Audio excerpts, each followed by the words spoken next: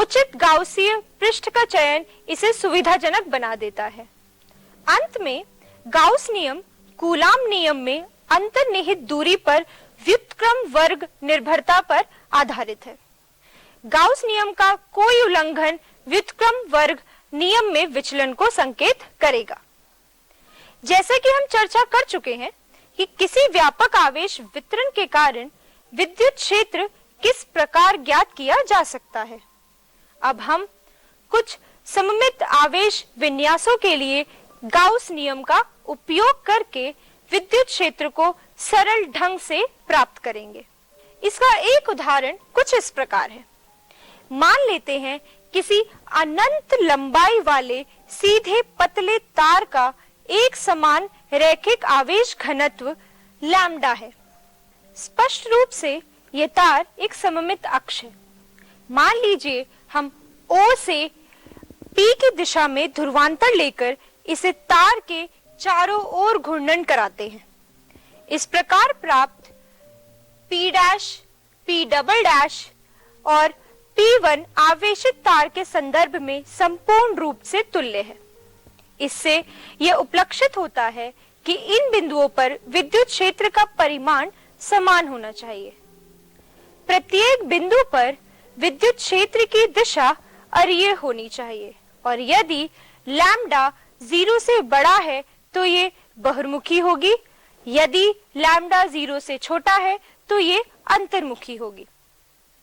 तार के रैखिक अवयवों P1 तथा P2 के युगल पर विचार करते हैं। इस युगल के दो अवयवों द्वारा उत्पन्न विद्युत क्षेत्रों का संकलित करने पर प्राप्त परिमाणु विद्युत क्षेत्र अरीय होता है। ध्रुवांतर के अभिलंबित अवयव एक दूसरे को निरस्त कर देते हैं। यह इस प्रकार के सभी युगलों के लिए सत्य है। अतः किसी भी बिंदु P पर कुल विद्युत क्षेत्र अरीय है। अंत में चूंकि तार अनंत है, तार की लंबाई के अनुदिश विद्युत क्षेत्र बिंदु P की स्थिति पर निर्भर नहीं करता। संक्षेप में तार को अभिलंबित काटने वाले तल में विद्युत क्षेत्र हर स्थान पर अरीय है तथा इसका परिमाण केवल त्रिज्य दूरी r पर निर्भर करता है। चलिए अब विद्युत क्षेत्र को परिकलित करते हैं। ऐसा करने के लिए हम गाउस नियम की सहायता लेंगे, जिसके लिए गाउस पृष्ठ को बनाना होगा। किसी भी बेलनाकार गाउसीय पृष्ठ की कल्पना कीजिए। चूंकि विद्युत क्षेत्र हर स्थान पर अरीय है, बेलनाकार गाउसीय पृष्ठ के दो सिरों से गुजरने वाला फ्लक्स 0 या 0 होगा। पृष्ठ के बेलनाकार भाग पर विद्युत क्षेत्र E पृष्ठ के हर बिंदु पर अभिलंबित होगा तथा केवल r पर निर्भर होने के कारण इसका परिमाण नियत है। वक्रित भाग का पृष्ठीय क्षेत्रफल 2 पाई RL होता है। यहाँ L सिलेंडर की लंबाई है। गाउसीय पृष्ठ से गुजरने वाला फ्लक्स पृष्ठ की वक्रित बेलनाकार भाग से गुजरने वाला फ्लक्स है, जो कि E गुणा 2 पाई RL है। पृष्ठ में लैम्डा L के बराबर आवेश सम्मिलित है। गाउस नियम के अनुसार E गुणा 2 पाई RL lambda L by epsilon not के बराबर होगा। इसको हल करने पर हमें विद्युत क्षेत्र lambda by 2 pi R epsilon naught प्राप्त होगा। सदिश रूप में किसी भी बिंदु पर विद्युत क्षेत्र E कुछ इस प्रकार से व्यक्त किया जाएगा। E सदिश बराबर lambda by 2 pi R epsilon not n। यहाँ n तार के किसी बिंदु के अभिलंबित गुजरने वाले तल में त्रिज्य एकांक सदिश है। जब लैम्डा धनात्मक होता है तो E बहिर्मुखी होता है और जब लैम्डा ऋणात्मक होता है तो अंतर्मुखी होता है। ध्यान दीजिए, जब हम सदिश A को एकांक सदिश से गुणित अदिश के रूप में अर्थात A को A एकांक सदिश के रूप में लिखते हैं तो अदिश ए एक बीजगणितीय संख्या है। ये धनात्मक भी हो सकता है और ऋणात्मक भी। यदि a 0 से बड़ा है तो a की दिशा एकांक सदिश के समान होगी तथा यदि a 0 से छोटा है तो a की दिशा एकांक सदिश के विपरीत होगी। जब हम ऋणेतर मानों तक सीमित रखना चाहते हैं तो हम प्रतीक a का उपयोग करते हैं तथा इसे a का मॉड्यूलस या मापांक कहते हैं। इस प्रकार a 0 से बड़ा या उसके बराबर होता है। जैसा कि हम जानते हैं कि लैम्डा l पृष्ठ द्वारा परिबद्ध आवेश को ही केवल सम्मिलित करता है, परंतु विद्युत क्षेत्र E समस्त तार पर आवेश के कारण है। साथ ही ये कल्पना कर लेना कि तार की लंबाई अनंत है, इस कल्पना के बिना हम विद्युत क्षेत्र E को बेलनाकार गाउसीय पृष्ठ के अभिलंबित नहीं ले सकते। तथापि लंबे तार के बेलनाकार भागों के चारों ओर जहां अंत्य प्रभाव की उपेक्षा की जा सकती है तथा हमारे द्वारा परिकलित विद्युत क्षेत्र का समीकरण काफी हद तक सही है। आइए गाउस नियम के अन्य अनुप्रयोग को समझें। मान लीजिए किसी अनंत समतल चादर का एक समान पृष्ठीय आवेश घनत्व सिग्मा है। हम x अक्ष को दिए गए तल के अभिलंबित मानते हैं। सममिति के अनुसार विद्युत क्षेत्र y तथा z निर्देशांकों पर निर्भर नहीं करेगा तथा इसके प्रत्येक बिंदु पर दिशा x दिशा के समांतर होनी चाहिए। क्या आप बता सकते हैं कि यहाँ हम गाउस पृष्ठ किस आकार का लेंगे? हम गाउसीय पृष्ठ को a अनुप्रस्थ काट क्षेत्रफल के आयताकार समांतर षटफलक जैसा ले सकते हैं। वैसे तो बेलनाकार पृष्ठ से भी यह कार्य हो सकता था। यहाँ केवल दो फलक 1 और 2 ही फ्लक्स में योगदान देंगे। विद्युत क्षेत्र रेखाएं अन्य फलकों के समांतर हैं और वे इसलिए कुल फ्लक्स में योगदान नहीं देती। पृष्ठ 1 के अभिलंबित एकांक सदिश -x दिशा में है, जबकि पृष्ठ 2 के अभिलंबित एकांक सदिश +x दिशा में है। अतः दोनों पृष्ठों से गुजरने वाले flux E dot delta S बराबर है और संयोजित हो जाते हैं।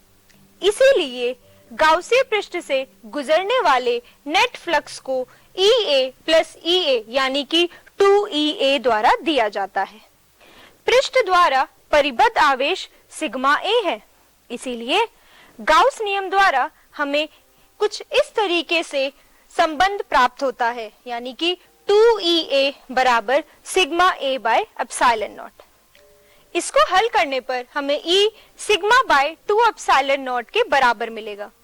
सदिश रूप में हम इसे कुछ इस प्रकार लिख सकते हैं। E सदिश बराबर sigma bye 2 epsilon not n एकांक सदिश। n तल के अभिलंबित इससे दूर जाता हुआ एक एकांक सदिश है।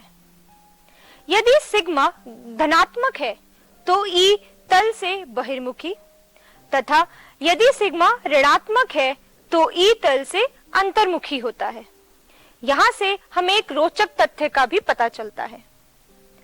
गाउस नियम के अनुप्रयोग से हमें एक अतिरिक्त तथ्य यह प्राप्त होता है कि E x पर भी निर्भर नहीं है।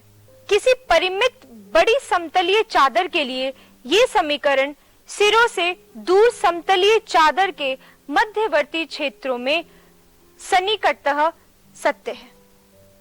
आइए हम गाउस नियम के एक और अनुप्रयोग को समझते हैं। मान लीजिए कि r त्रिज्या के एक पतले गोलीय खोल का एक समान पृष्ठीय आवेश घनत्व सिग्मा है।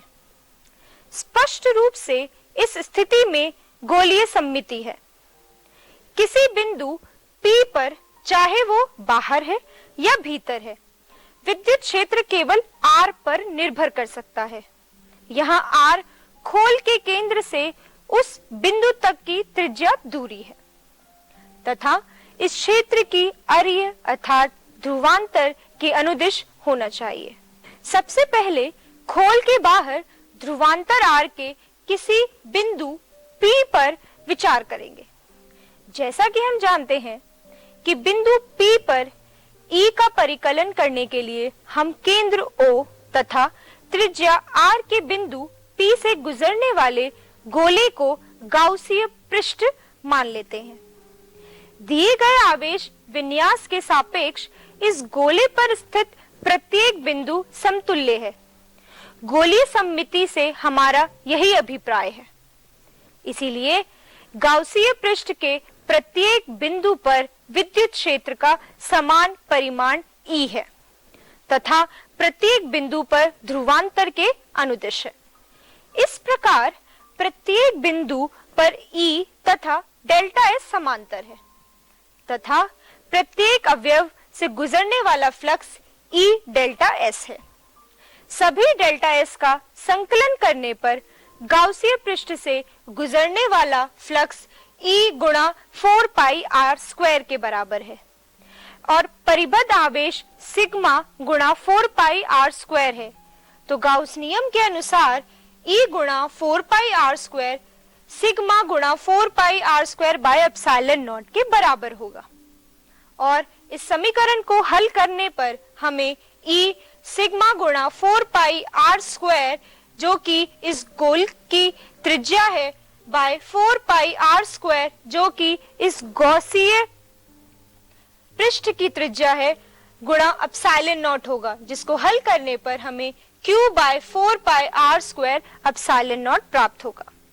हम कह सकते हैं कि यह एक महत्वपूर्ण परिणाम गाउस नियम का प्रत्यक्ष निष्कर्ष है जो कूलाम नियम से प्राप्त हुआ है। इस नियम का प्रायोगिक सत्यापन कूलाम नियम में 1 बाय R स्क्वायर की निर्भरता की पुष्टि करता है। हम सदिश रूप में E को Q by 4 pi R square epsilon naught R एकांक सदिश के द्वारा दिखा सकते हैं। यदि Q शून्य से बड़ा है तो विद्युत क्षेत्र बहिर्मुखी होता है और यदि Q शून्य से छोटा है तो विद्युत क्षेत्र अंतर्मुखी होता है। तथापि यह खोल के केंद्र O पर स्थित आवेश Q द्वारा उत्पन्न विद्युत क्षेत्र है। यह जानना बहुत महत्वपूर्ण है कि खोल के बाहर स्थित बिंदुओं पर एक समान आवेशित गोलीय खोल के कारण विद्युत क्षेत्र इस प्रकार का होता है जैसे कि खोल का समस्त आवेश उस केंद्र पर स्थित है। अब खोल के भीतर विद्युत क्षेत्र को हम देखेंगे। बिंदु P खोल के भीतर है। इस प्रकरण में गाउस पृष्ठ P से गुजरने वाला वह गोला है जिसका केंद्र O है।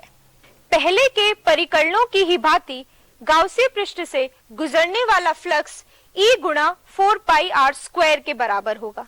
तथापि इस प्रकरण में गाउसीय पृष्ठ में कोई आवेश परिबद्ध नहीं है।